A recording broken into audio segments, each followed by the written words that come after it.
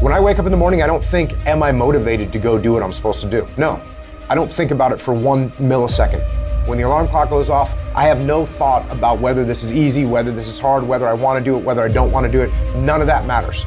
It's an emotionless, thoughtless discipline. When the alarm clock goes off, you get up, you get out of bed, and you go do what you're supposed to do. I don't care how it feels. I don't care if it's easy or hard. It doesn't even matter to me. It's just a reaction, it's a discipline, and it's life. And that's the way I choose to live my life. It is not what you perceive about me. It's what I perceive about me. It's not what they say about you that matters. It is what you say about you that threatens your destiny. You will never be defeated by what they say about you. You will be defeated by what you say about you. The difference between successful people and non-successful people is here. You have to change this. So if you're at a place in your life and you ain't happy with it, you have to change some things. But you have to make a conscientious decision that you're going to change. And it's not dependent on anybody else. It don't matter what your mama think. It don't matter what your coworkers think. It don't matter what your siblings think. It don't matter what your children think. It don't matter. They have nothing to do with it. This decision is yours and yours alone.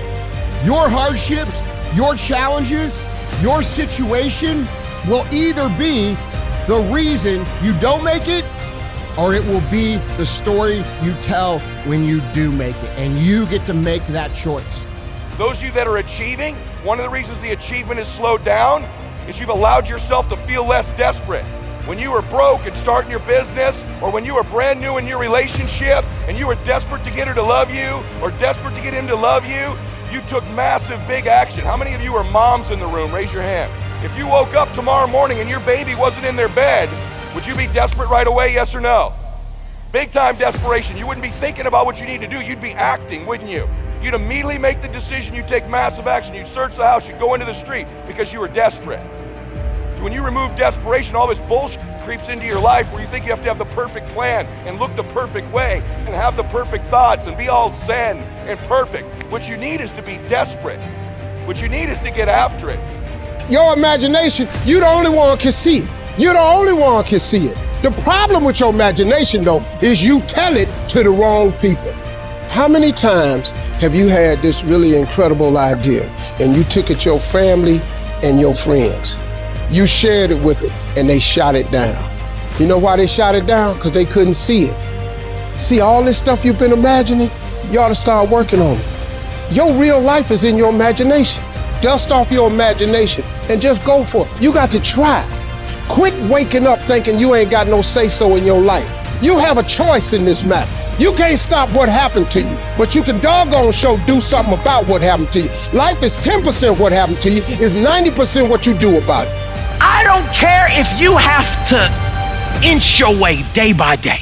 Even if you have to get down and it hurts and it's hard and nobody can see what you're really going through.